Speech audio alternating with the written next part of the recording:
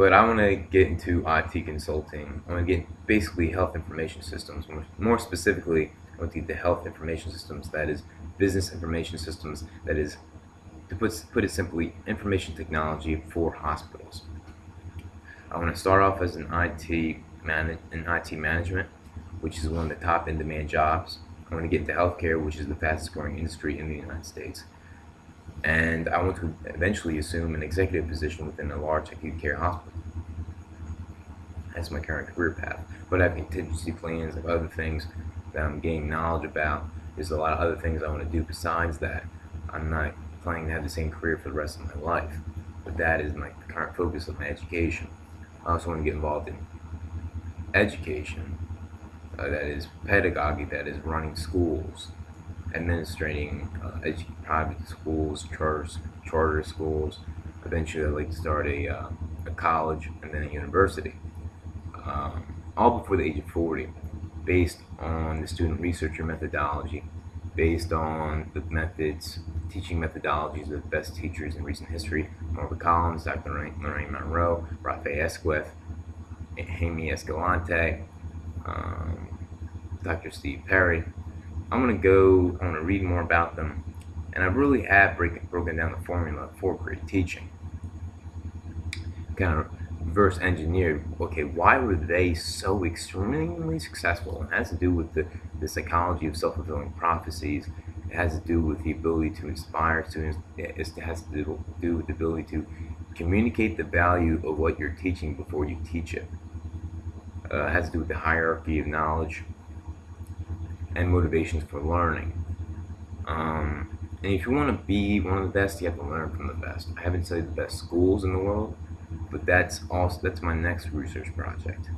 I've studied the best teachers, and I really should write a research paper on this, and I will write a research paper on this subject. And I'll do a presentation at TED Talk. If you haven't seen a TED Talk, www.ted.com. Everybody should know about this. It should be on television, but the powers that be would rather have people watching sitcoms and be obsessed with sports, watching sports instead of playing sports. I don't have time to play sports. I wish I did. I wish I had time to practice Brazilian Jiu-Jitsu, but I simply don't. It sucks. I just lift weights. I don't have time to learn. To become a black belt in Jiu-Jitsu, which is something I would love to do. It's on my bucket list. I love that, but I love researching even more. Like, I love to research things. I love to talk to people. I love doing podcasts. I love talking to PhDs about new ideas. I love business. I love doing my best to make the world a better place. And I love self-improvement. And I love studying nutrition. I love studying medicine from multiple different perspectives and figuring out the best way to treat cancer, the best way to treat diabetes, and studying these things from a layman's perspective. And I can pick up a lot very quickly. Last night I got into a long discussion with a PhD in biochemistry, Dr. Anderson, and we're talking about the structures of chemical compounds, and we talked about making changes to DNA. And how changing one letter in a DNA sequence doesn't tend to create a very dramatic change. You have to change a lot of strands within the DNA helix in order to see a dramatic change. And usually, changing one gene does not result in a dramatic change, which I was not aware of, because you look at something like the Pep-CK mice, and all they did was alter one gene. But I haven't DNA, I need to study that more in depth. Genetic engineering is extremely important to today's society because it's taking place left and right. There are always genetically engineering mice that live longer, or if you look up Pep-CK mice, you can look it up in Science Daily, Fox News. It's PEPCK mice, and they live longer than normal mice. It's also it was actually a summary of an article that was in the journal that he had published in, the journal of where is it? The journal of blah blah blah blah blah. What the hell's the journal? What is the name of the journal article? Son of a bitch.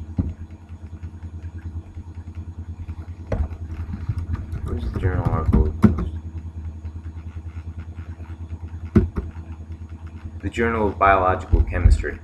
He had actually published in this journal, and he was not aware of Pepsi K mice, nor was he aware of the the advancements in genetic engineering that had been taking place for the past 10 years. Because sciences are compartmentalized, he worked developing antibiotics at pharmaceutical companies over in Denmark. He hadn't studied, genetic engineering in much depth, so he was not aware of this. But then he was like, "This is fascinating stuff." Then he looked up. Then he went to the Journal of Biological Chemistry. We talked about the fact that a lot of media, I brought this up. I didn't research it in depth. I haven't read the actual journal article when he brought up that there was a journal article. I say that a lot of times the media, I said that Science Daily is usually on the ball. Like, they don't make mistakes because all the writers are scientists. And he's like, and then he read the journal article and he's like, yeah, the Science Daily looks like they do a very good job of accurate reporting as opposed to like Fox News, MSNBC, these mainstream news organizations that don't have scientists writing news articles. They just have regular journalists writing news articles, and a lot of times they get things obese, and they get things incorrect. Like in my stats class, there was these news articles saying that obese people were more likely to get into car accidents.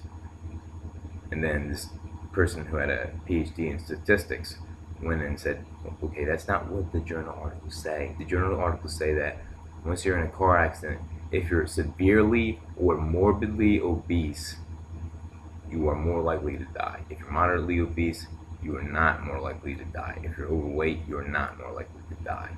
And you're not more likely to get into a car accident in the first place. You're just more likely to die once you're injured, once you sustain an injury in a car accident. So this PhD in statistics went back and was able to sort through all the nonsense and get to the truth of the matter. Of course, this was something I really was interested in.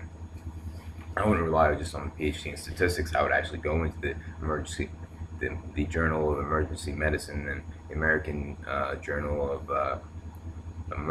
Emergency Medical Care, or whatever, I forget the exact name of the journals, and read the journals myself, and then look at other journal articles on similar subjects, and do a full spectrum analysis, of this. My point was that they were measuring